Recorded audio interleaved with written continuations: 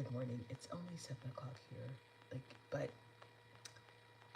why am I saying that? That's why it's dark in here because it's the morning. But I was reading my devotional this morning and I was like, I need to share this with the believers in my audience because it was so good. It was so good.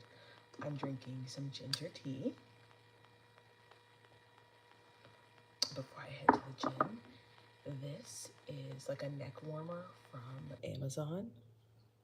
You just put this in the microwave and then it just kind of relaxes the muscles of your neck. I've just been having a lot of like tension here. I think I've been sleeping wrong, and so I just bought this on Amazon. If you guys want it, just leave a comment and I'll link you below. But you guys, I think I've shared you with this before, but I read the devotional His Victorious Indwelling. It's just by like various authors. This is what it looks like on the inside. So there's just like different, each day has different readings. But anyway, I'm going to read you actually yesterday's because that's what I read this morning. And then tomorrow I'll read the third and the fourth. But okay, just listen. So it starts off with a verse, which is Romans 13:12 through 14. The night is nearly over. The day is almost here. So let us put aside the deeds of darkness and put on the armor of light. Let us behave decently as in the daytime, not in orgies and drunkenness, not in sexual immorality and debauchery, not in dissension and jealousy. Rather, clothe yourselves with the Lord Jesus Christ and do not think about how to gratify the desires of the sinful nature. The thing that when I was reading that, this part specifically, let us put aside the deeds of darkness and put on the armor of light. Let us behave decently as in the daytime. It got me thinking about the fact that we act a certain way at church and then, or around church people, and then when we get away from them, we act like children of the night. Psh, come on now. So good. So here's the devotional part.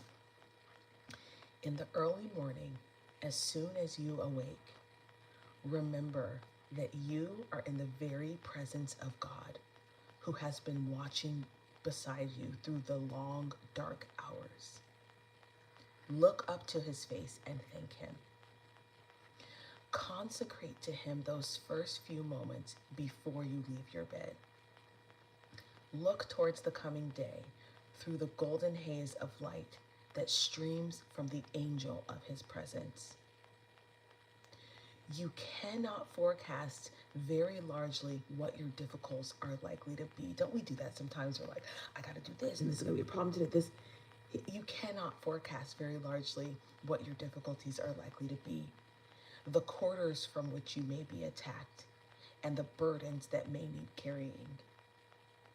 Take care not to view any of these apart from God. Like, so good, right? So even if we do, because every day has its trouble of its own, and we're getting attacked sometimes from different places, but make sure that we view these with God in our presence. Oh, so good. Be sure that he will be between you and them. And I thought this was like a really good visual because it's like, okay, so I have this problem, that problem, this desire, that desire, this attack, that attack. And I get to imagine in my mind's eye that actually God's in between all of those. And since he's, excuse me, what is he? Excuse me. Since he's between all of those, I don't have to actually fight those things head on or alone. Like, oh, so good. I'm telling you guys, I was like, oh, where was this? Okay. Take care not to view any of these apart from God. Be sure that he will be between you and them, as the ship is between the traveler and the ocean, be it fair or stormy.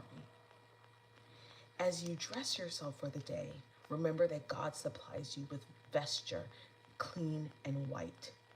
Not heavenly clothing, but not earthly clothing, but heavenly clothing, with the meekness and gentleness of Christ, with the garments of salvation, the robes of righteousness, and the jewels of Christian virtue.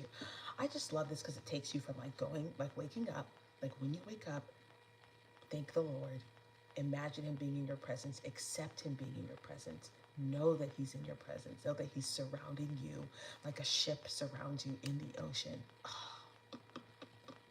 Oh, you know what I mean? Like, so good. Okay. Do not look at these things apart from him. but remember that they are attributes of and graces of his own nature with which to array yourself. And above all, put on the armor of light, remembering that God is light. You are to put on Christ, who is God, manifest in the flesh. And you are to descend from your room into the arena of daily battle as one who is endued with the beauty of his character. This concentration of thought upon God during the act of dressing will prepare the soul for those acts of adoration, thanksgiving, and intercession which arise to God as the fragrant incense of the temple.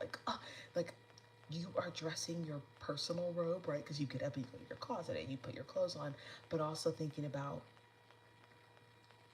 what am I dressing my temple with spiritually? You know what I mean? And then the last thing here is the greatest blessing and the most ennobling of all privileges is to be indeed a Christian. So anyway, that was the devotional for today that I was like, oh, this is so good. Okay, so if you guys